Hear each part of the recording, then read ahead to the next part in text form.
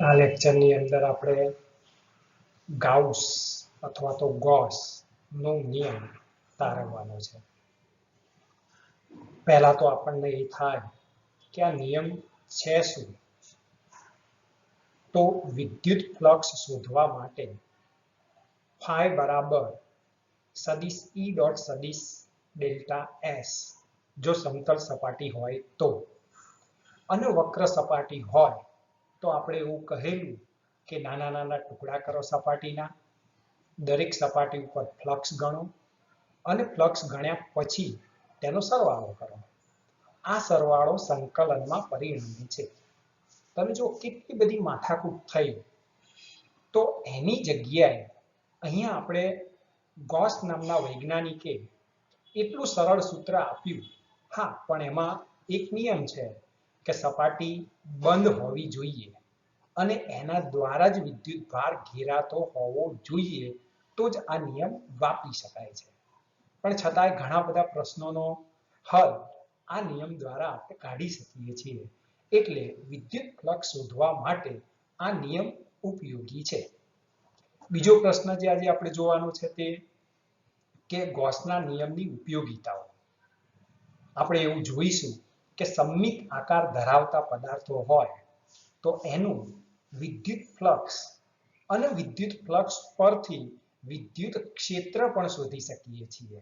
એટલે જુદા જુદા આપણે આકારો લઈશું કે દાખલા તરીકે સુરેખ અનંત લંબાઈનો સુરેખ તાર હોય, અનંત લંબાઈનું પૃષ્ઠ હોય, એવી જ રીતે ગોળીય કવચ હોય, ઘન નક્કર ગોળો હોય, તો આવા બધા પદાર્થોનું વિદ્યુત ક્ષેત્ર આપણે સરળતાથી શોધી શકીએ છીએ.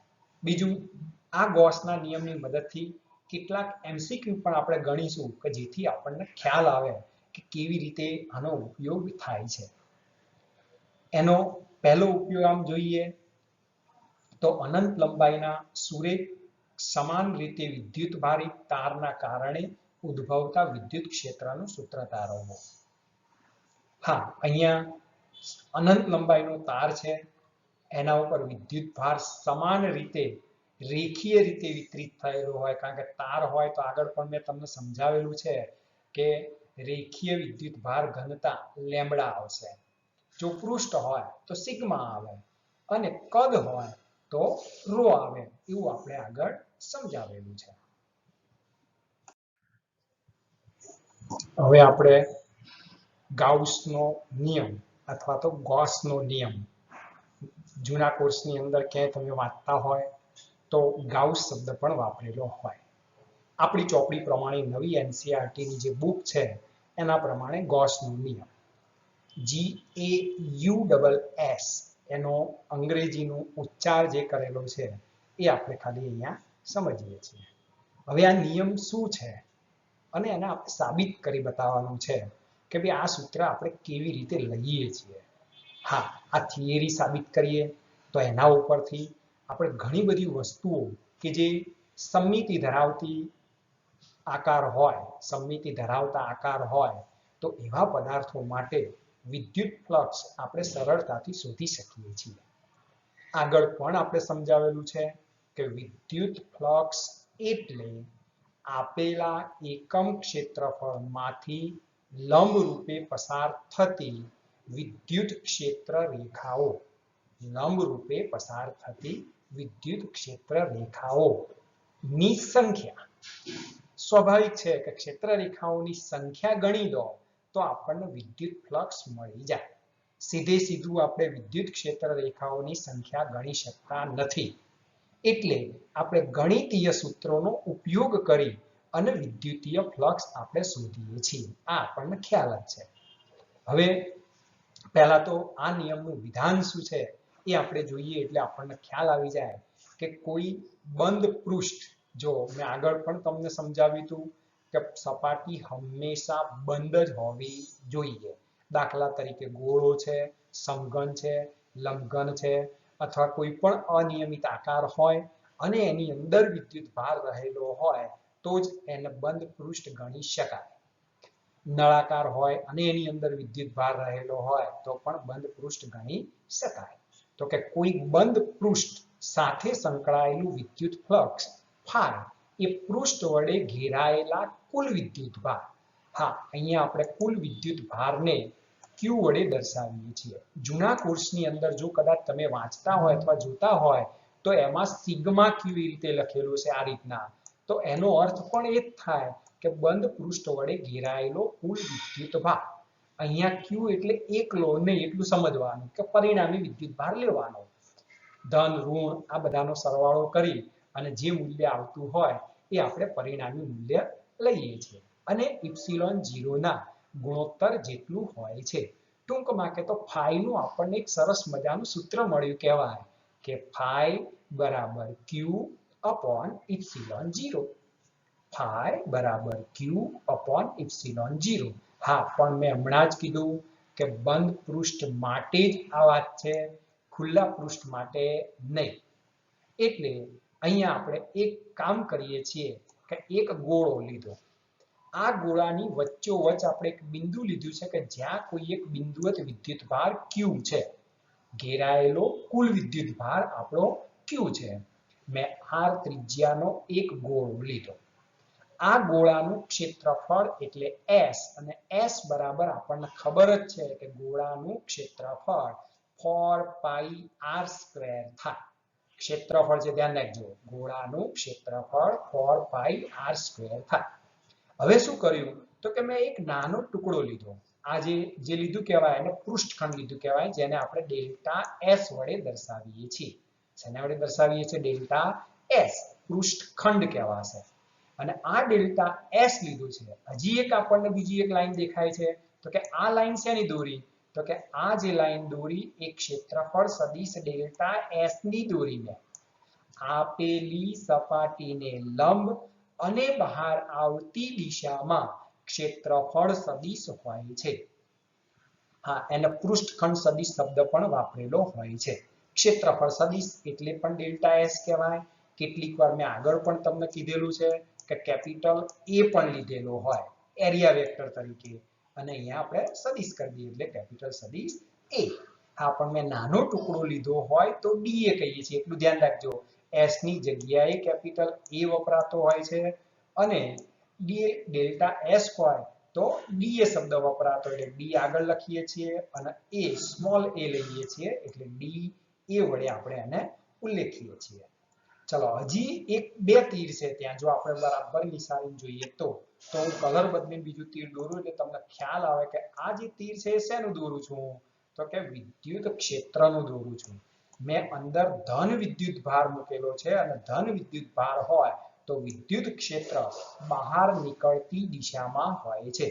ધન વિદ્યુત ભાર હોય તો વિદ્યુત ક્ષેત્ર બહાર નીકળતી દિશામાં હોય છે. એટલે આ આપણું વિદ્યુત ક્ષેત્ર રેખા પણ દોરી દીધી. એટલે આપણને ખ્યાલ આવી ગયો છે કે આ આકૃતિ આપણને શું કહેવા માંગે છે.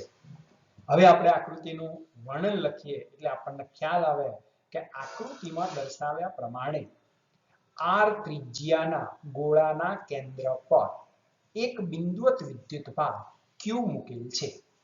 તેની સાથે સંકળાયેલ વિદ્યુત ફ્લક્સ ગણવા માટે ગોળાને નાના નાના સૂક્ષ્મ પૃષ્ઠખંડમાં વિભાજિત કરવામાં આવે છે. મેં હમણાં કીધું કે પહેલો એક નાનો ટુકડો આપણે લીધો. આ ટુકડા સાથે સંકળાયેલું પહેલા આપણે ફ્લક્સ ગણી દઈશું. પછી આમાં અનેક ટુકડા લઈશું, અનેક ટુકડા સાથે સંકળાયેલા ફ્લક્સનો સરવાળો કરીશું. પણ આ સરવાળો જે છે એ સંકલનમાં પરિણમશે. આગળ પણ મેં વારે ઘડીએ તમને સમજાવેલું છે કે કોઈ પણ વસ્તુ જ્યારે ચલિત હોય, સતત બદલાતી હોય તો એવા સંજોગોમાં તમારે સંકલન કરવું જોઈએ. એમ અહીંયા પણ એવું થયું કે ભાઈ નાના પૃષ્ઠ સાથે સંકળાયેલું ફ્લક્સ, કારણ કે પૃષ્ઠ વક્ર છે અને વક્ર સપાટી સાથે સંકળાયેલું ફ્લક્સ ગણવું હોય તો તમારે સંકલન કરવું જ જોઈએ, એવું મેં આગળ પણ સમજાવેલું છે. તો ડેલ્ટા સદિશ S ક્ષેત્રફળમાંથી પસાર થતું વિદ્યુત ફ્લક્સ, તો આપણે એમાંથી પસાર થતું ફ્લક્સ લઈએ છીએ એટલે નાનો ટુકડો લઈએ છીએ તો કે ડેલ્ટા ફાઈ બરાબર સદિશ E ડોટ ડેલ્ટા સદિશ S. આગળ પણ આપણે આ સૂત્ર વાપરેલું છે ફ્લક્સનું નાના નાના ટુકડા માટે. આખી સપાટી હોય તો ડેલ્ટા S ની જગ્યાએ પછી આખું ક્ષેત્રફળ થઈ જતું હોય છે આપણું. તો તો કે માટે ડેલ્ટા ફાઈ બરાબર 1/4πε0 q upon r square into r cap into delta s. શું કર્યું અહીંયા મેં? તો વિદ્યુત ક્ષેત્ર સદિશ E નું સૂત્ર મૂકી દીધું. આમ E બરાબર આપણે શોર્ટકટની અંદર એવું યાદ રાખતા હતા કે E બરાબર kq upon r square. આગળ પણ મેં તમને સમજાવેલું છે કે શોર્ટકટની અંદર યાદ રાખવું હોય તો આ સૂત્ર બહુ સારું અને સરળ છે, યાદ રહી જાય એવું કે E બરાબર kq upon r square. ચલો હવે મારે એને સદિશ સ્વરૂપ બનાવવું છે તો કે જો હું E ને સદિશ બનાવતો હોઉં તો મારે r કેપ વડે ગુણવા પડે. હા, r કેપ ની જગ્યાએ જે મારે લખવું હોય તો સદિશ r ભાગ્યા r થશે એટલે સૂત્ર બદલાઈ જાય કે kq સદિશ r upon r ક્યુબ થઈ જાય. પણ અહીંયા મેં r કેપ રહેવા દીધું. કેમ? તો કે r કેપ ની દિશા અને ડેલ્ટા s ની દિશા એક જ આવશે. ફરીથી r કેપ ની દિશા અને ડેલ્ટા s ની દિશા એક જ આવશે. એટલા માટે આપણે r કેપ માંથી સદિશ r માં ગયા નહીં. તો કે અહીં ડેલ્ટા સદિશ s અને r કેપ ની દિશા સમાન છે. મેં અહીંયા હજી તમને બતાવું કે ક્યાં દિશા સમાન થાય છે. તો જો હું અહીંયા રાઉન્ડ કરું છું એટલે તમને ખ્યાલ આવશે કે એના ઉપર બે તીર છે. એક તીર અહીંયા એટલે પૂરું થાય છે અને બીજું તીર આગળ આપણે જોઈ શકીએ છીએ વાદળી રંગની અંદર. તો કે આગળ પણ મેં સમજાવ્યું છે કે i.i1 j.j1 k.k1 એવી રીતે r caret dot delta s બરાબર ડેલ્ટા s. કેમ? કારણ કે બંનેની દિશા એક જ થઈ એટલે ખાલી મૂલ્ય વધશે. i.i1 થઈ ગયું કહેવાય એના જેવું, પણ મૂલ્ય તો વધશે કારણ કે અહીંયા ડેલ્ટા s સદિશ છે. આ એકમ સદિશ નથી, ક્ષેત્રફળ સદિશ છે એટલે એ મૂલ્ય સહિત બતાવતું હોય એટલે મૂલ્ય વધશે. દિશાની કોઈ જરૂર ત્યાં હવે રહેશે નહીં. તો કે માટે ડેલ્ટા ફાઈ બરાબર 1/4πε0 q upon r square into delta s. હા, અદિશ સ્વરૂપમાં કેવી રીતે આવ્યા એ બરાબર આપણે અહીંયા સમજવું જોઈએ. અને બીજું કે અદિશ જ કેમ આવે છે? તો વિદ્યુત ફ્લક્સ અદિશ રાશિ છે કારણ કે ક્ષેત્ર રેખાઓની સંખ્યા દર્શાવે છે. કારણ કે એ આપણને ક્ષેત્ર રેખાઓની સંખ્યા દર્શાવે છે અને સંખ્યા એ તો આપણી અદિશ રાશિ છે. એટલા માટે અહીંયા ડેલ્ટા ફાઈ એ અદિશ સ્વરૂપમાં આવશે. હા, ઘણી વખતે ઘણા આ રીતે પણ લખતા હોય છે કે E ડોટ ડેલ્ટા s ની જગ્યાએ એટલે સદિશ E ડોટ ડેલ્ટા s સદિશની જગ્યાએ E delta s cos theta. હવે થીટા એટલે શું? તો કે E અને ડેલ્ટા s ની દિશા. તો E અને ડેલ્ટા s ની દિશા તો એક જ છે કારણ કે આપણે તીરમાં બતાવેલું છે બંને તીર એક દિશામાં છે એટલે cos 0 થાય અને cos 0 એ 1 થઈ જાય. હવે E ની જગ્યાએ સૂત્ર જ મૂકવાનું રહે કે 1/4πε0 q upon r square. એ રીતે પણ લખી શકાય છે. હવે તો આપણે શું કરવું જોઈએ? તો કે સમગ્ર ગોળામાંથી પસાર થતું ફ્લક્સ આપણે મેળવવાનું છે. જો સમગ્ર ગોળામાંથી પસાર થતું ફ્લક્સ ગણવું હોય તો જુદા જુદા પૃષ્ઠખંડ સાથે સંકળાયેલા ફ્લક્સનો સરવાળો કરવો જોઈએ. અને આ સરવાળો આપણે જાણીએ છીએ એ પ્રમાણે સંકલનમાં પરિણમતો હોય એટલે પહેલા આપણે સિગ્મા લખીએ છીએ કે ફાઈ બરાબર સિગ્મા ડેલ્ટા ફાઈ. જે નાના નાના ટુકડાઓ છે એનો આપણે સરવાળો કર્યો છે. તો કે 1/4πε0 q upon r square into sigma delta s. અહીં r અને q અચળ છે. r અને q અચળ છે. પરંતુ સિગ્મા ડેલ્ટા s બરાબર શું થાય? તો કે 4πr square થાય. હા, ઇન્ટિગ્રેશન ડેલ્ટા s લખ્યું હોય તો પણ 4πr square જ થાય કારણ કે નાના નાના ટુકડા લઈને એ ટુકડાનો હું સરવાળો કરું તો ગોળો બને અને ગોળાનું ક્ષેત્રફળ તો કે 4πr square જ બનતું હોય છે.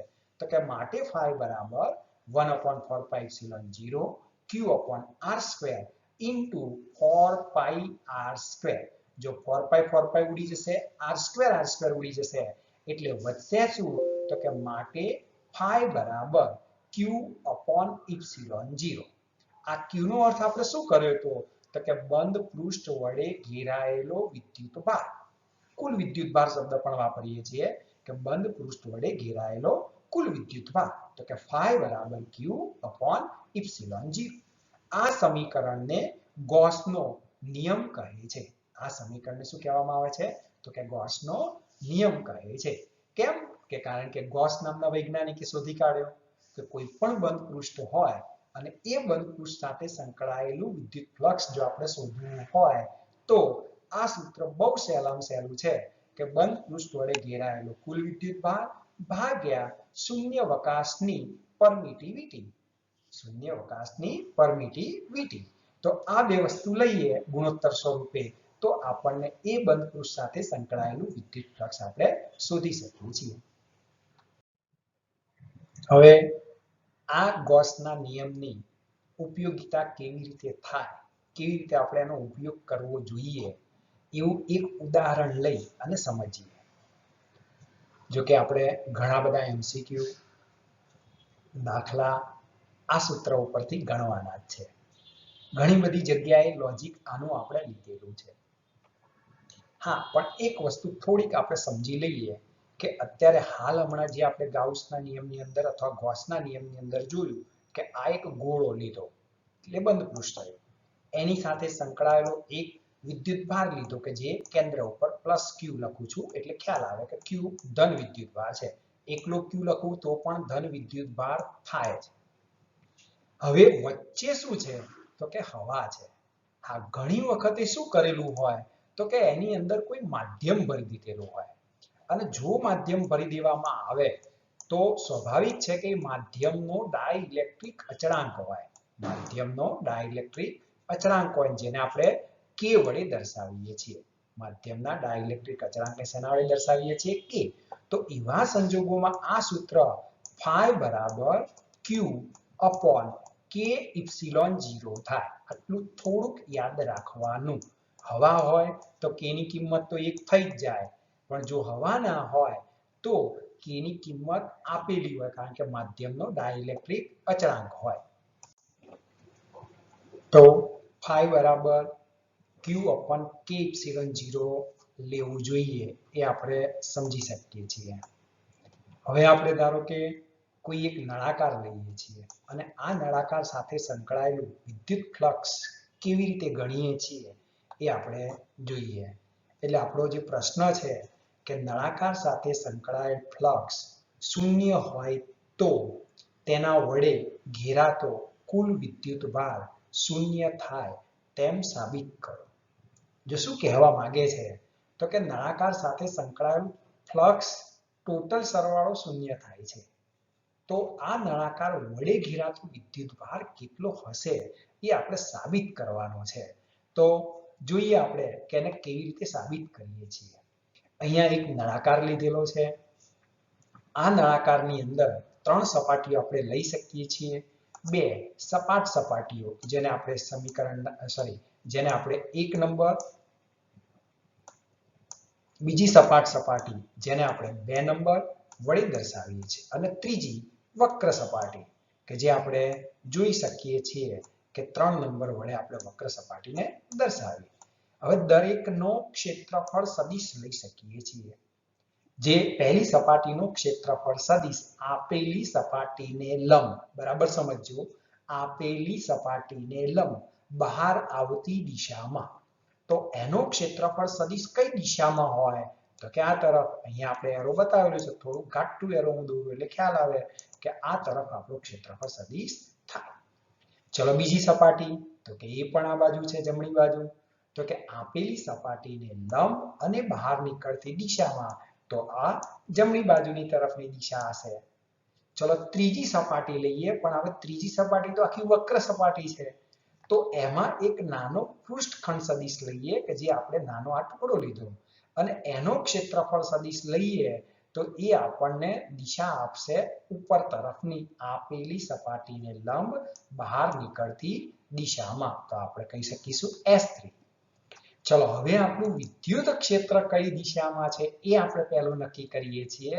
તો કે અહીંયા વિદ્યુત ક્ષેત્ર આ દિશામાં આવી રહ્યું છે. હું અહીંયા વાદળી લાઈનો 2 દોરેલી છે, છતાંય આપણે આખી લાંબી લાઈનો દોરીએ એટલે આપણને ખ્યાલ આવે કે આ વિદ્યુત ક્ષેત્રની દિશા આપણે દર્શાવી. એક ક્ષેત્ર રેખા આ દર્શાવેલી છે મધ્યમાંથી પસાર થતી, એવી આપણે આ ક્ષેત્ર રેખાઓ એકબીજાથી સમાન અંતરે અને સમાંતર દોરવી જોઈએ. આ ધ્યાન રાખજો, તો જ સમાન વિદ્યુત ક્ષેત્ર દોર્યું કહેવાય.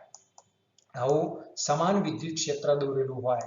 હા, આપણી ચોપડીની અંદર આટલી બધી લાઈનો દર્શાવેલી નથી.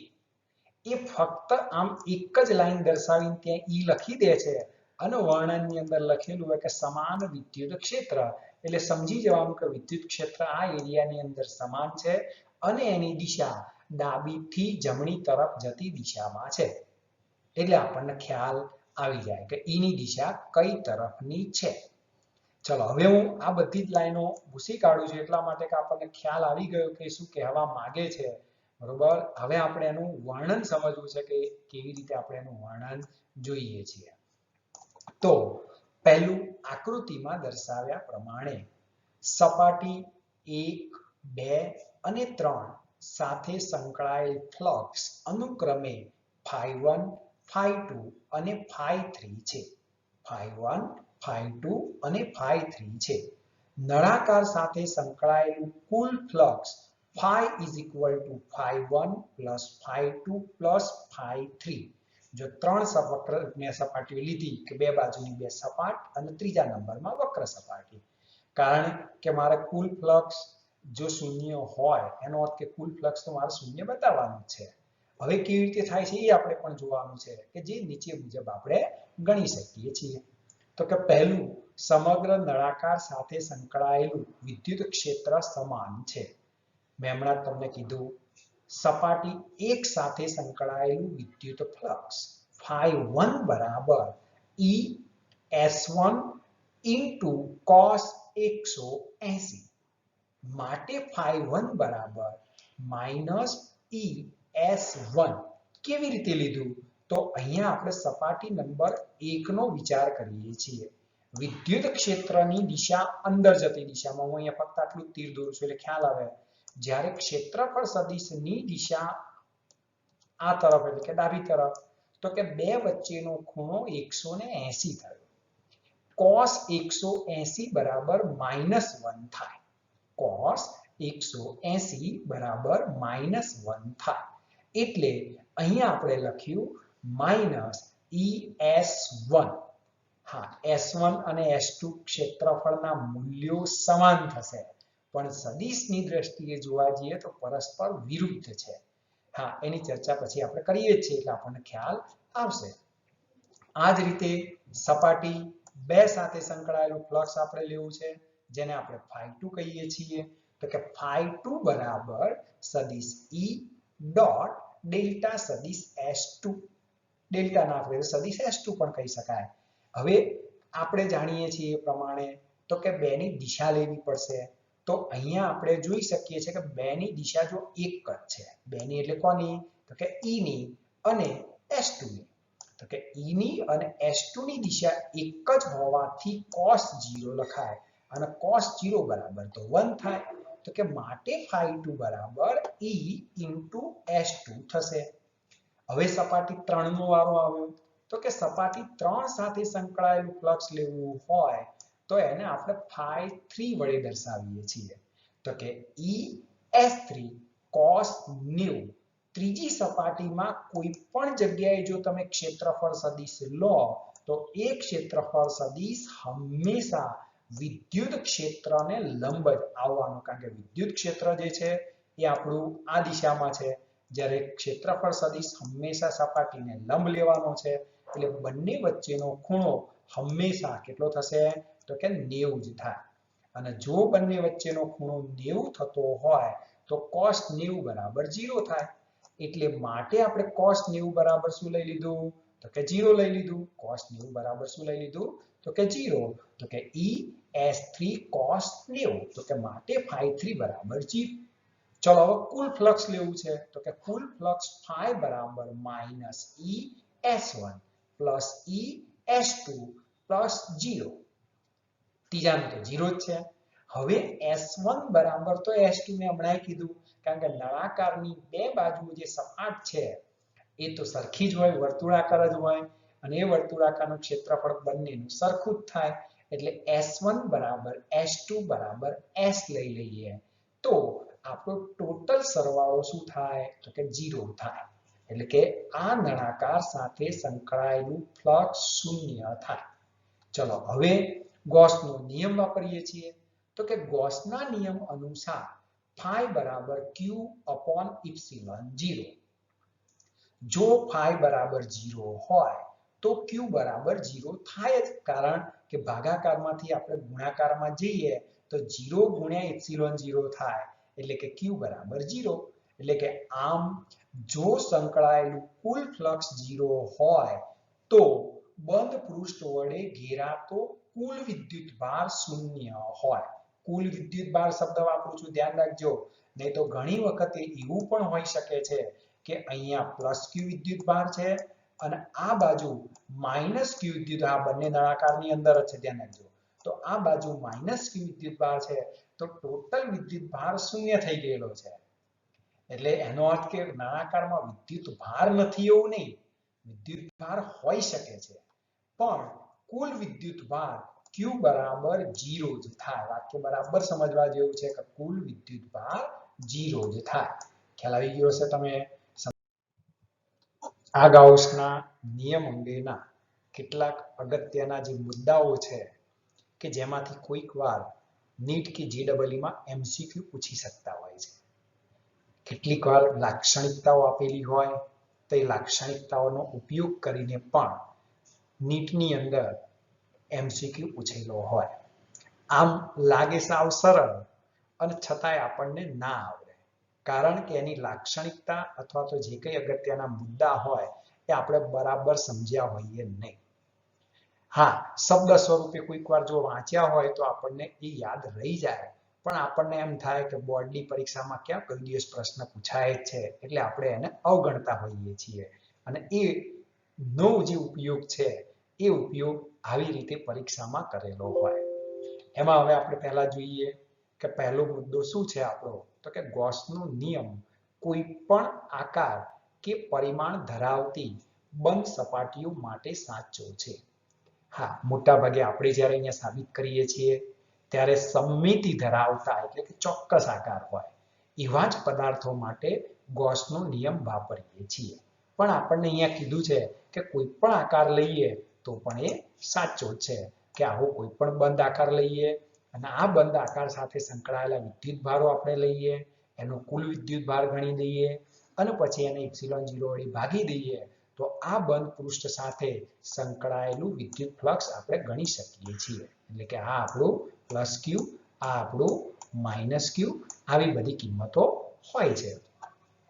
ચલો બીજો મુદ્દો આપણે એને જોઈએ તો કે ગોસના નિયમમાં જમણી બાજુમાં આવતો કુલ વિદ્યુતભાર એ સપાટીની અંદર હોય તેમનો જ બૈજિક સરવાળો છે. બહારના વિદ્યુતભારોને ધ્યાનમાં લેવામાં આવતા નથી.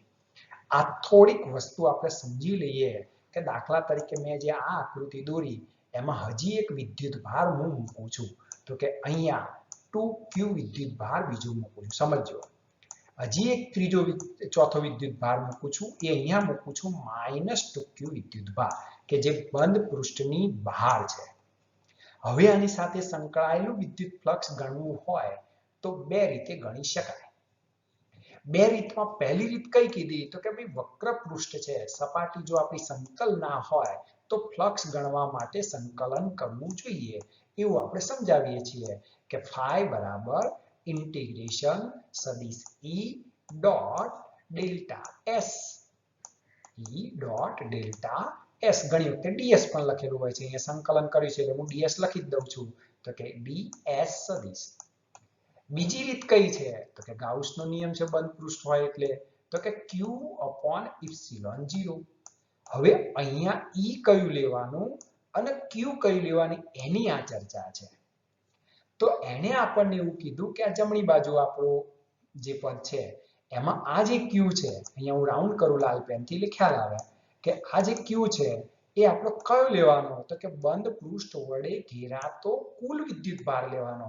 પૃષ્ઠની બહાર હોય એને ધ્યાનમાં લેવાના નથી. તો જો +q -q +2q, બસ આટલા જ લેવાના. એટલે q બરાબર આપણે લખી શકીએ +2q. -2q એ પૃષ્ઠની બહાર છે, તો એને આપણે ધ્યાનમાં લેતા નથી.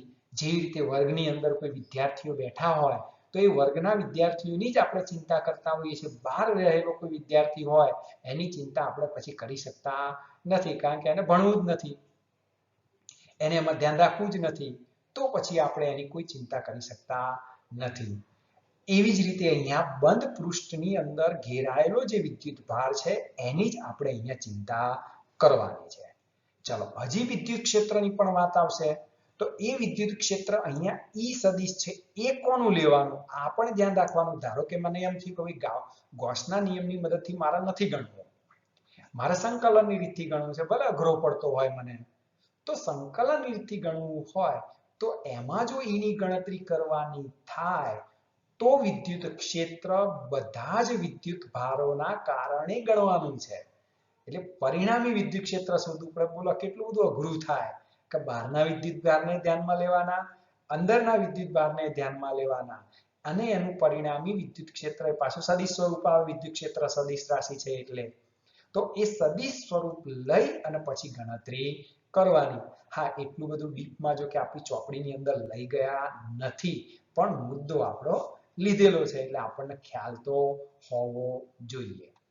એટલે આપણો ત્રીજો મુદ્દો એ બને છે કે ગૌસના નિયમમાં ડાબી બાજુમાં આવતું વિદ્યુત ક્ષેત્ર એ બધા જ વિદ્યુત ભારોના કારણે છે, જે સપાટીની અંદર કે બહાર ગમે ત્યાં હોય.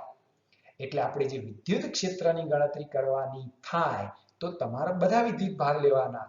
જ્યારે ગાઉસે આપણને એવું કીધું અથવા ગૌસે આપણને એવું કીધું કે ભાઈ ફ્લક્સ ગણવું છે અને બંધ પૃષ્ઠ છે, તો બંધ પૃષ્ઠ વડે ઘેરાયેલા હોય એને જ ધ્યાનમાં લેવાના. એટલે આ એક બહુ સરળ નિયમ થઈ ગયો અને સરળતાથી આપણે એ સમજી શકીએ એવું થઈ ગયું. એટલે આ નિયમ આપણા માટે બહુ ઉપયોગી પણ બન્યો. હજી આગળનો એક મુદ્દો જોઈએ તો કે ગૌસનો નિયમ લગાડવા માટે જે તે સપાટી પસંદ કરવામાં આવે તેને ગૌસિયન સપાટી કહે છે. અહીંયા ગૌસિયન સપાટી એક શબ્દ છે, એટલે આપણે ગૌસિયન સપાટી કોને કહેવાય એ આપણને ખ્યાલ આવવો જોઈએ. પાછળ પણ આપણે બીજા પાઠની અંદર સમસ્થિતિમાન સપાટી શબ્દ વાપરીશું, સમસ્થિતિમાન પૃષ્ઠ શબ્દ વાપરીશું, એટલે આપણને ખ્યાલ આવે એટલા માટે આને ગૌસિયન સપાટી, ગૌસ નામના વૈજ્ઞાનિક પરથી. તો કે આ સપાટી પર વિદ્યુત ક્ષેત્રનું મૂલ્ય એક સમાન હોય છે. પેલું પાછળ જ્યારે આપણે લઈશું એમાં વિદ્યુત સ્થિતિમાન એટલે વોલ્ટેજ સમાન હશે. તેને કોઈ વિદ્યુત ભારમાંથી પસાર થતી ન હોવી જોઈએ. આ સપાટી કોઈ પણ વિદ્યુત ભારમાંથી પસાર થતી હશે નહીં, કારણ કે વિદ્યુત ક્ષેત્ર સમાન લેવાનું છે. સમમિતિ ધરાવતી સપાટીઓ માટે ગૌસના નિયમ પરથી વિદ્યુત ફ્લક્સ સરળતાથી ગણી શકાય છે. સમમિતિ સપાટી એટલે નળાકાર હોય, ગોળાકાર હોય, સમઘન હોય, તો એવી સમમિતિ સપાટી થાય. તો એના માટે આપણે વિદ્યુત ફ્લક્સ સરળતાથી ગણી શકીએ છીએ. છઠ્ઠો મુદ્દો આપણો છે તો કે ગૌસનો નિયમ એ કુલમ્બના વ્યસ્ત વર્ગના નિયમ પર આધારિત છે. વ્યસ્ત વર્ગનો નિયમ શું કહે છે તો કે F ચલે છે 1/r². આપેલા અંતરના વર્ગના વ્યસ્ત પ્રમાણમાં હોય છે. હવે તમને ખબર પડી ગઈ હશે કે બીજો કયો નિયમ છે તો કે ગુરુત્વાકર્ષણનો નિયમ એ પણ વ્યસ્ત વર્ગનો નિયમ છે. આવું જ પાછળ આપણે ચોથા પાઠની અંદર જ્યારે આવીશું ત્યારે બાયો અને સાવર બે વૈજ્ઞાનિકો અલગ અલગ છે અને એમણે ચુંબકીય ક્ષેત્રનું મૂલ્ય કેવી રીતે શોધી શકાય એના માટેનો એક નિયમ આપેલો, જેને બાયો સાવરનો નિયમ કહે છે. અને આ બાયો સાવરના નિયમ પરથી નિયમ પણ વ્યસ્ત વર્ગનો જ નિયમ છે. હવે વિદ્યુત ફ્લક્સ કેવી રીતે આપણે ગણીએ છીએ એના કેટલાક ઉદાહરણો અહીંયા આપણે જોઈએ કે જેથી આપણને ખ્યાલ આવે કે કયા સૂત્રની મદદથી આપણે ગણી શકીએ છીએ. વિદ્યુત ફ્લક્સ ગણવું હોય તો ત્રણ સૂત્રો આપણે આમ કીધા. એક સમતલ સપાટી હોય, સપાટ સપાટી હોય તો ફાઈ બરાબર સદિશ E ડોટ ડેલ્ટા સદિશ S અથવા E delta S cos theta. બીજું છે વક્ર સપાટી હોય તો ઇન્ટિગ્રેશન સદિશ E ડોટ ds. ત્રીજું સૂત્ર છે બંધ પૃષ્ઠ હોય તો phi બરાબર q upon epsilon 0. હવે એક પ્રશ્ન આપણને સ્ક્રીન ઉપર દેખાય છે એટલે આપણે કહી શકીએ કે 200 ન્યૂટન પ્રતિ કુલમ્બનું વિદ્યુત ક્ષેત્ર y અક્ષની દિશામાં છે. જો અહીંયા દિશા સહિત આપણને આપી દીધું. હવે આપણે એક સમતલ સપાટી લેવાની છે કે જે xz સમતલ છે. એનો અર્થ કે x અક્ષ અને z અક્ષને સાથે સંકળાયેલું હોય એવું એક સમતલ લેવાનું છે. તો આ સમતલની લંબાઈ 20 સેન્ટીમીટર હોય તો એની સાથે અથવા એ ચોરસમાંથી પસાર થતું વિદ્યુત ફ્લક્સ શોધવાનું છે. ચલો પહેલા ડેટાની વાત કરીએ તો કે સદિશ E બરાબર 200 into j cap અથવા j caret ન્યૂટન પ્રતિ કુલમ્બ. j caret કેમ લીધું તો તમે સમજી ગયા હશો કે અહીંયા વિદ્યુત ક્ષેત્ર y અક્ષની દિશામાં છે. જો y અક્ષની દિશામાં હોય તો j cap લેવું જોઈએ, x અક્ષની દિશામાં હોય તો I cap લેવું જોઈએ, z અક્ષની દિશામાં હોય તો k cap લેવું જોઈએ. હવે સમતલની વાત કરીએ તો કે તમને લંબાઈ આપી છે 20 સેન્ટીમીટર. તો કે 20 ગુણ્યા 10⁻² મીટર. લંબાઈમાંથી આપણે ક્ષેત્રફળમાં જવું છે એટલે કે ડેલ્ટા સદિશ s બરાબર L² ઇન્ટુ j cap મેં લખ્યું. પ્રશ્ન થાય કે કેમ j cap સાહેબ લખી દીધું? L² તો ખબર પડી ગઈ. દિશામાં કેમ j cap જ લખ્યું, I cap ના લખ્યું, k cap ના લખ્યું? તો એનું કારણ છે કે કોઈ પણ સપાટી હોય, ધારો કે આ સપાટી મેં દોરી, તો આ સપાટીનો લંબ મારે ક્ષેત્રફળ સદિશ બતાવે છે અથવા પૃષ્ઠખંડ સદિશ બતાવેલી છે. આપેલી સપાટીને લંબ, તો આ સપાટીનો લંબ લેવાનો છે. હવે બીજી કઈ કઈ બાજુઓ છે આપણે જોઈ લઈએ. તો કે આ x છે આપણી, ઉપરની આપણી z છે, અહીંયા બતાવેલી છે એટલે, કારણ કે xz સમતલ આપણે લીધું છે એટલે. તો સ્વાભાવિક છે કે એને લંબ કઈ અક્ષ બાકી રહી? તો કે y અક્ષ બાકી રહી. તો કે આ આપણી y અક્ષ છે. હવે તમે સમજી ગયા છો એટલે આપણે અહીંયા j cap લીધું. હવે L² એટલે 20 ગુણ્યા 20 એટલે 400 ગુણ્યા 10⁻⁴ j cap into metre square. હવે વિદ્યુત ફ્લક્સનું સૂત્ર, કારણ કે સમતલ સપાટી હોય તો મેં હમણાં તમને કીધું કે phi બરાબર સદિશ E ડોટ ડેલ્ટા સદિશ s. એકલું s લખો તો પણ ચાલે, એવું જરૂરી નથી કે ડેલ્ટા s લેવું જ જોઈએ. E ઇન્ટુ s પણ લખી શકાય. કેમ? કારણ કે સમતલ સપાટી છે એટલે એને નાના નાના ટુકડા કરવાની કોઈ જરૂરિયાત નથી. તો કે 200 ગુણ્યા 400 ગુણ્યા 10⁻⁴. તો કે માટે phi બરાબર તો કે 8 ન્યૂટન ઇન્ટુ મીટર સ્ક્વેર પ્રતિ કુલમ્બ થાય. તો કે આ પહેલો આપણો MCQ થયો. હવે બીજા MCQ ની અંદર જો આપણે જોતા હોઈએ તો એને આપણે કેવી રીતે ગણી શકીએ એ પણ આપણે જોવાનું થાય. તો અહીંયા સમઘનના કેન્દ્ર પર કેપિટલ Q વિદ્યુતભાર મૂકતા, એમાં આપણે પહેલો ઓપ્શન કીધો છે કે તેની સાથે સંકળાયેલું, એટલે કે સમઘન સાથે સંકળાયેલું. બીજો ઓપ્શન કીધું છે કે તેની કોઈ એક બાજુ સાથે સંકળાયેલું ફ્લક્સ શોધો. બે વસ્તુ શોધવાની છે. શું કહેવા માંગે છે તો આપણે બરાબર સમજી ગયા હશું કે આ એક સમઘન લીધેલો છે, આ સમઘન સાથે સંકળાયેલું ફ્લક્સ શોધવું છે. પણ વિદ્યુતભાર ક્યાં મૂકવાનો છે તો કે એના કેન્દ્ર ઉપર, એટલે આપણે Q વિદ્યુતભાર મૂક્યો. આ Q વિદ્યુતભાર મૂક્યા પછી ફ્લક્સ એટલે શું? પહેલા તો કે ધન વિદ્યુતભાર છે એટલે કે વિદ્યુત ક્ષેત્ર રેખાઓ ધનમાંથી બહાર આવતી હોય. હું નમૂના ખાતર જ કેટલીક દોરું છું, બધી તો અહીંયા આપણે દોરી શકીએ એવી કોઈ પરિસ્થિતિ નથી. તો કે આ ધન વિદ્યુતભારમાંથી બહાર આવતી ક્ષેત્ર રેખાઓની સંખ્યા, એને આપણે વિદ્યુત ફ્લક્સ કહીએ છીએ. એને આપણે વિદ્યુત ફ્લક્સ કહીએ છીએ. જો બંધ પૃષ્ઠ હોય તો ગાઉસનો નિયમ બહુ અગત્યનો છે અને એ નિયમ પરથી આપણે વિદ્યુત ફ્લક્સ આરામથી શોધી શકીએ છીએ. એટલે અહીંયા આપણે લખ્યું કે સમઘન વડે ઘેરાતો કુલ વિદ્યુતભાર, તો કે સ્મોલ q બરાબર કેપિટલ Q, કારણ કે આપણે રકમમાં કેપિટલ Q આપેલો છે. તો કે ગૌસના નિયમ મુજબ phi બરાબર ક્યુ અપોન ઇપ્સિલોન 0. ક્યુ ની કિંમત તો કેપિટલ ક્યુ છે તો કે કેપિટલ ક્યુ અપોન ઇપ્સિલોન 0. આપણો પહેલા પ્રશ્નનો જવાબ આપણને મળી ગયો. પણ બીજો પ્રશ્ન જે છે અથવા બીજી જે આપણી ઓપ્શન છે કે કોઈ એક બાજુ સાથે. હવે એને આપણે જોઈએ તો કે સમઘનને કેટલી બાજુઓ હોય તો કે 6. સમઘનને 6 ચાર બાજુઓનું ઉપર નીચે એટલે ટોટલ 6 બાજુઓ થઈ. 6 બાજુઓ છે એટલે આપણે જાણીએ છીએ કે છઠ્ઠા ભાગની વિદ્યુત ક્ષેત્ર રેખાઓ કોઈ એક બાજુ સાથે સંકળાય. ધારો કે હું અહીંયા આ જે આકૃતિ છે એમાં જો આપણે આ શેડેડ કરીએ આ રીતના એટલે આપણને ખ્યાલ આવે કે ભાઈ આની સાથે સંકળાયેલો કેટલો ભાગ આવે તો કે છઠ્ઠો.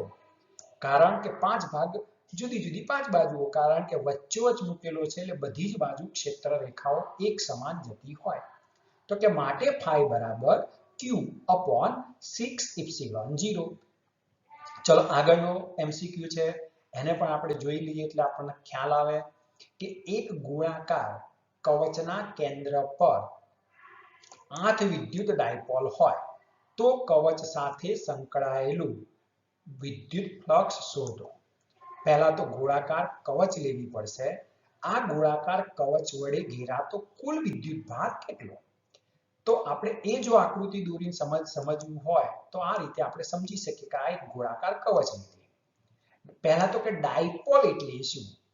ડાયપોલનો અર્થ થાય કે ઋણ વિદ્યુત ભાર અને ધન વિદ્યુત ભાર આ જે હોય એને ડાયપોલ કહેવાય. અહીંયા આપણે આ રીતે દોરતા હતા કે -q + q. તો આ રીતે રચાતું તંત્ર, હજી હું એની વ્યાખ્યા બોલું છું એટલે તમને ખ્યાલ આવે કે એકબીજાથી પરિમિત અંતરે રહેલા સમાન મૂલ્યના વિજાતીય વિદ્યુત ભારોથી રચાતા તંત્રને વિદ્યુત ડાયપોલ કહે છે. એટલે આ આપણી એક વિદ્યુત ડાયપોલ થઈ. આવી 8 ડાયપોલ મૂકવાની કીધી છે. એનો અર્થ કે 8 ધન વિદ્યુત ભાર હશે, 8 ઋણ વિદ્યુત ભાર હશે. એટલે આપણે લખ્યું Q Q એટલે ઘેરાતો કુલ વિદ્યુત ભાર બરાબર 8Q - 8Q બરાબર 0. હવે ગૌસના નિયમ મુજબ phi બરાબર Q upon epsilon 0. માટે phi બરાબર 0 કેમ? કારણ કે Q ની કિંમત 0 થઈ. એટલે કે આ બંધ પૃષ્ઠ સાથે સંકળાયેલું ફ્લક્સ શૂન્ય થાય. હવે આપણને પ્રશ્ન થાય કે કેમ શૂન્ય થાય? તો હું તમને સમજાવી દઉં એટલે ખ્યાલ આવશે કે ધારો કે ધન Q માંથી એટલે કે +Q માંથી એક ક્ષેત્ર રેખા બહાર કાઢું છું એટલે ફ્લક્સ ધન થયું. હવે એક ગણીએ છીએ. આ ક્ષેત્ર રેખા આમ ફરતી ફરતી ફરતી ફરતી ફરતી આમ આવશે અને ઋણમાં અંદર જતી દિશામાં આવશે. એટલે તમે જુઓ કે અહીંયા સપાટીમાં ફ્લક્સ વિદ્યુત ક્ષેત્ર અંદર જતી દિશામાં આવ્યું અને જો અંદર જતી દિશામાં હોય તો ત્યાં ફ્લક્સ ઋણ ગણવાનું એટલે ત્યાં -1 થયું. એનો અર્થ 1 - 1 એટલે 0. આવી જ રીતે ધારો કે હું બીજી ક્ષેત્ર રેખા લઉં તો કે ધનમાંથી બહાર નીકળતી હોય, ઋણમાં અંદર આવતી હોય એટલે ટોટલ વિદ્યુત ફ્લક્સ છે એ શૂન્ય થાય. કારણ કે જેટલી ક્ષેત્ર રેખાઓ બહાર નીકળવાની એટલી અંદર આવવાની જ છે. એટલે ટોટલ ફ્લક્સ શું થતું હોય છે? શૂન્ય થતું હોય છે.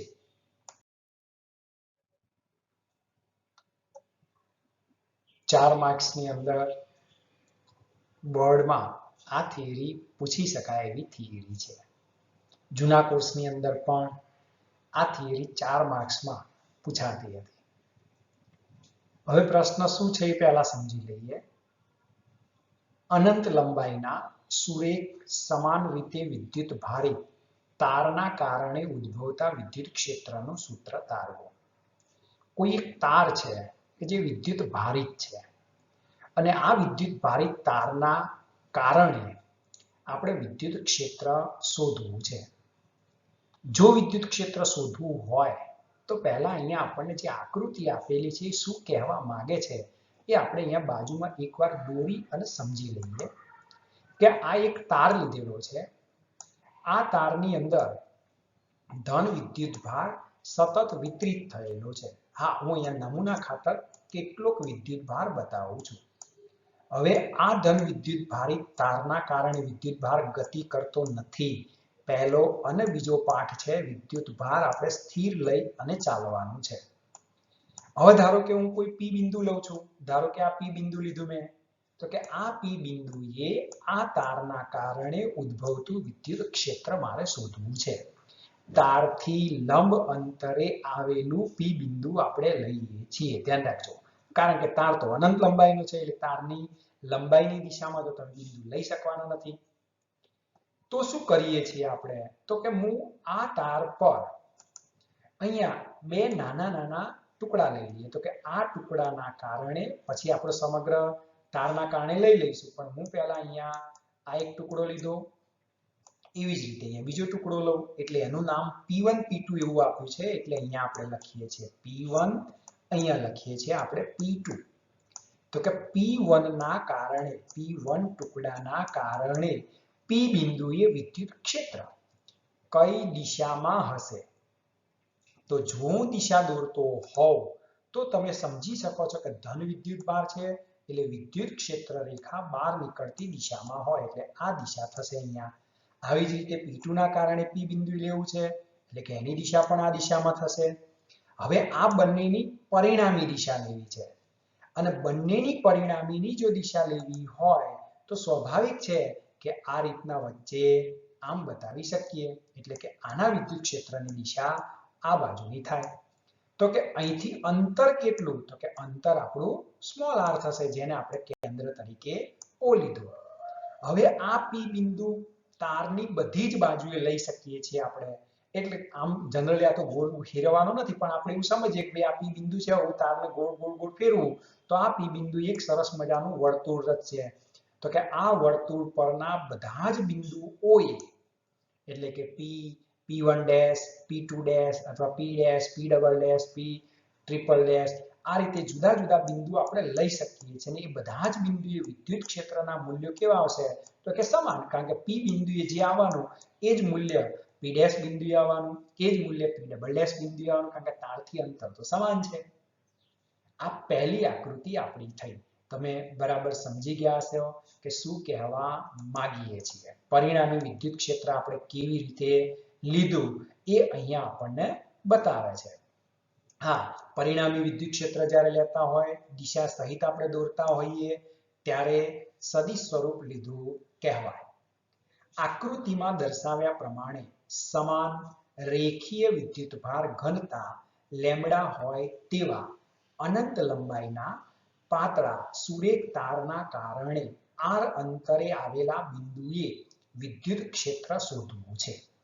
તારથી સમાન અંતરે આવેલા બિંદુઓ P, P dash, P double dash વગેરે વિદ્યુત ક્ષેત્ર સમાન હોય છે, એટલે કે વગેરે બિંદુઓએ વિદ્યુત ક્ષેત્ર કેવું હોય છે? સમાન હોય છે. આકૃતિમાં દર્શાવ્યા પ્રમાણે ઉગમ બિંદુની બંને બાજુએ આવેલા રેખાખંડો P1 અને P2 ના પરિણામી વિદ્યુત ક્ષેત્ર ત્રિજ્યાવર્તી દિશામાં મળે છે. ત્રિજ્યાવર્તી દિશા એટલે ત્રિજ્યાની દિશામાં જો અહીંયા બતાવતો હોવ તો આપણે કહી શકીએ છીએ કે O થી P બિંદુને જોડવું એ ત્રિજ્યા જોડી કહેવાય અને એ દિશામાં આપણને વિદ્યુત ક્ષેત્ર મળ્યું કહેવાય એટલે ત્રિજ્યાવર્તી દિશા થઈ. દાખલા તરીકે ગોળો હોય, હું આ તો ખાલી સમજાવું છું, ગોળો હોય અને એની અંદર ધન વિદ્યુતભાર હોય તો વિદ્યુત ક્ષેત્ર કઈ દિશામાં હોય?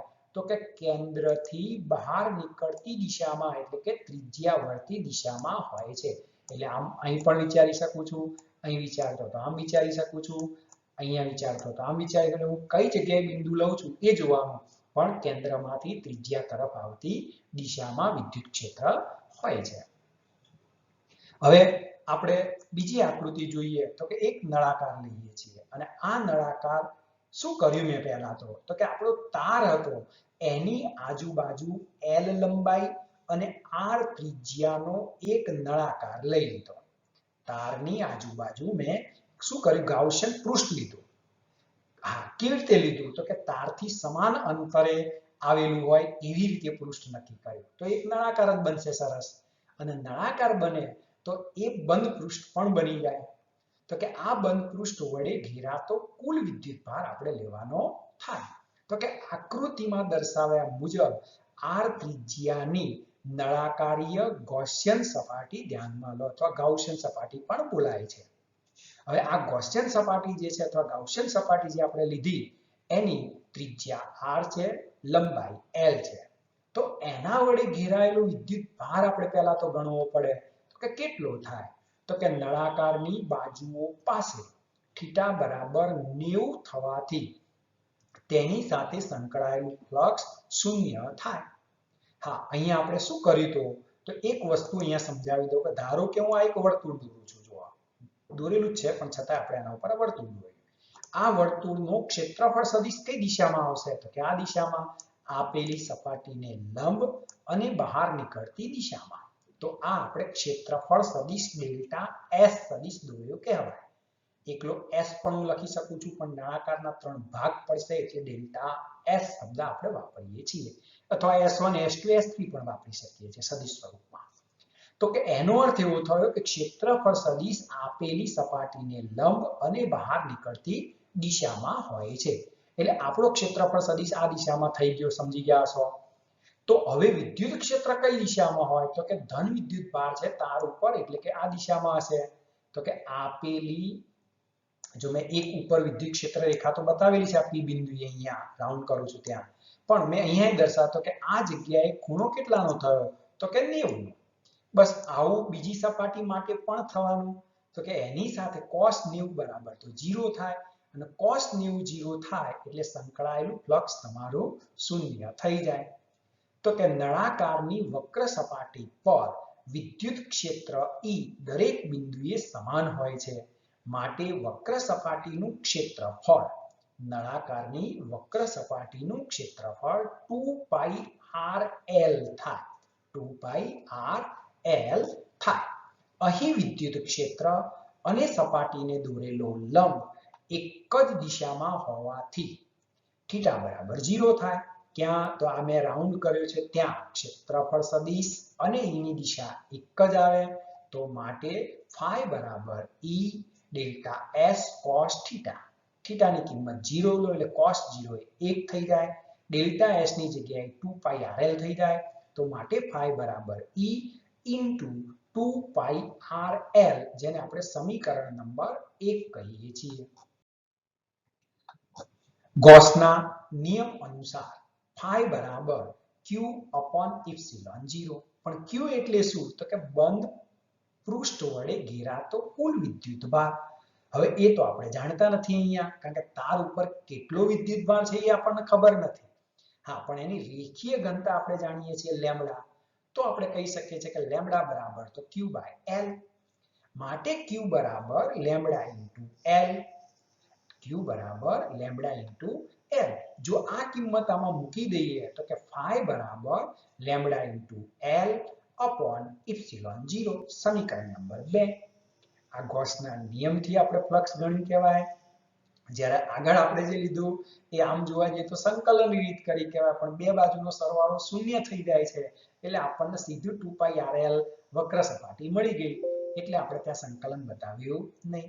હવે સમીકરણ 1 અને સમીકરણ 2 જો આપણે સરખાવી દઈએ, સમીકરણ 1 અને સમીકરણ 2 ને જો આપણે સરખાવી દઈએ તો E into 2πrl બરાબર q ની જગ્યાએ અહીંયા મૂક્યું lambda into l upon epsilon 0. મારે E ને સૂત્રનો કર્તા બનાવવાનો છે, કારણ કે વિદ્યુત ક્ષેત્ર મારે શોધવું છે.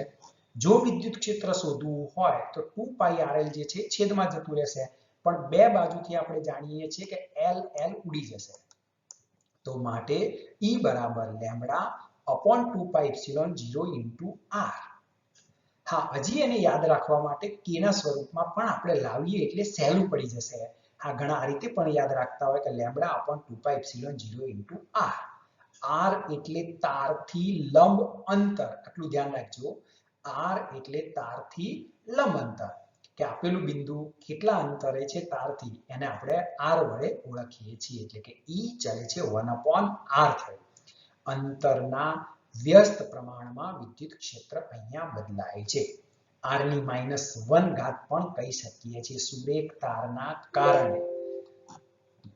તો ઉપરોક્ત સમીકરણને ઉપર નીચે 2 વડે ગુણીએ છીએ. શું કરવા માટે આવું કરીએ છીએ આપણે તો કે k ના સ્વરૂપમાં આપણે લાવવું છે, એટલે કે ઉપરોક્ત સમીકરણને 2 વડે ગુણતા.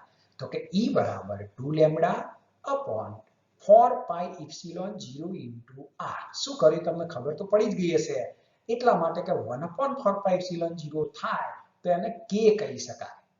એટલે આપણે લખ્યું 1/4πε0 બરાબર k બરાબર 9 ગુણ્યા 10 ની 9 k ની કિંમત ન્યૂટન ઇન્ટુ મીટર સ્ક્વેર પ્રતિ કુલમ્બ સ્ક્વેર. હા, એકલા ε0 ની કિંમત હોય તો 8.85 ગુણ્યા 10 ની -12 ઘાત એકમ છે કુલમ્બ સ્ક્વેર પ્રતિ ન્યૂટન ઇન્ટુ મીટર સ્ક્વેર. ફરીથી ε0 નો એકમ 8.85 ગુણ્યા 10 ની -12 ઘાત. આટલું ધ્યાન રાખજો, બેની કિંમત આવડવી જોઈએ, કારણ કે એનો ઉપયોગ આપણે વારે ઘડીએ પાછળ પણ કરવાનો થશે. અને એમાં ખાસ કરીને દાખલાની અંદર તો ખાસ આપણે કરવું જ પડશે. તો આપણું સૂત્ર જો કેટલું સહેલું બની ગયું કે E બરાબર 2k λ/r. હા, તમે આ યાદ રાખશો તો તમને સરળ રહેશે, એટલા માટે આપણે આ સ્વરૂપની અંદર પણ આ સૂત્ર લાવ્યા 2k λ/r.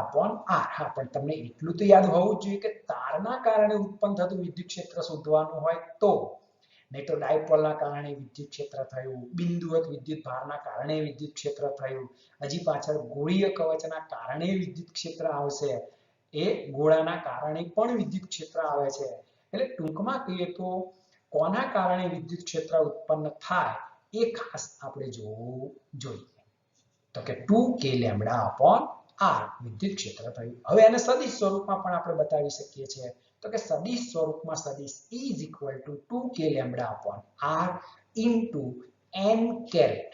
આ n કેરેટ એ દિશા બતાવે છે. કઈ દિશા છે? તો કે જ્યાં n કેરેટ એ તારને લંબ અને બિંદુમાંથી પસાર થતો એકમ સદિશ છે. જો તારને લંબ અને બિંદુમાંથી પસાર થતો એકમ સદિશ થયો. એટલે ધ્યાન રાખવાનું, ધન વિદ્યુત ભાર હોય તો વિદ્યુત ક્ષેત્ર બહાર નીકળતી દિશામાં હોય, ઋણ વિદ્યુત ભાર હોય તો વિદ્યુત ક્ષેત્ર અંદર જતી દિશામાં હોય છે. જો લેમ્બડા ધન હોય, જો લેમ્બડા ધન હોય તો વિદ્યુત ક્ષેત્ર બહાર તરફ. કેમ લેમ્બડા ધન હોય? કારણ કે લેમ્બડા ધન હોય એટલે q ધન હોય જ, કે લેમ્બડા બરાબર q/l. ઉપર જ આપણે શરૂઆતમાં જ લખ્યો છે કે લેમ્બડા બરાબર q/l. હવે જો લેમ્બડા ઋણ હોય તો વિદ્યુત ક્ષેત્ર અંદર તરફ હોય છે. વિદ્યુત ક્ષેત્ર અંદર તરફ હોય છે. એટલે લેમ્બડા ધન છે કે લેમ્બડા ઋણ છે એ આપણે જોવાનું થાય.